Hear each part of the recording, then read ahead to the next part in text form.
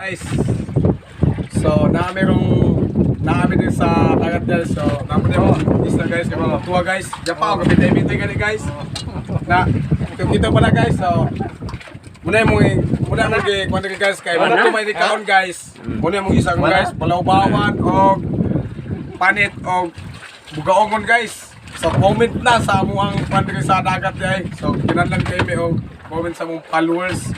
So amo pong kauban na dire, shout out ka ninyo dahil tanan diya no. So kami may nanagat ron na dire, mudto kay nako among kaon sa mong isda. So ganyan punta ko kumentaw ang isda ani kaluoy kinamo ay.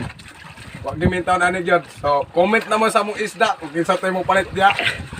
Tag 140 ang kilo lang. So ang balabawan 200 ang kilo. So kaning among gagmay panit og kaning kwan tag 200 tag 140 ang kilo lang kaning kuno ning gaong og kaning panit.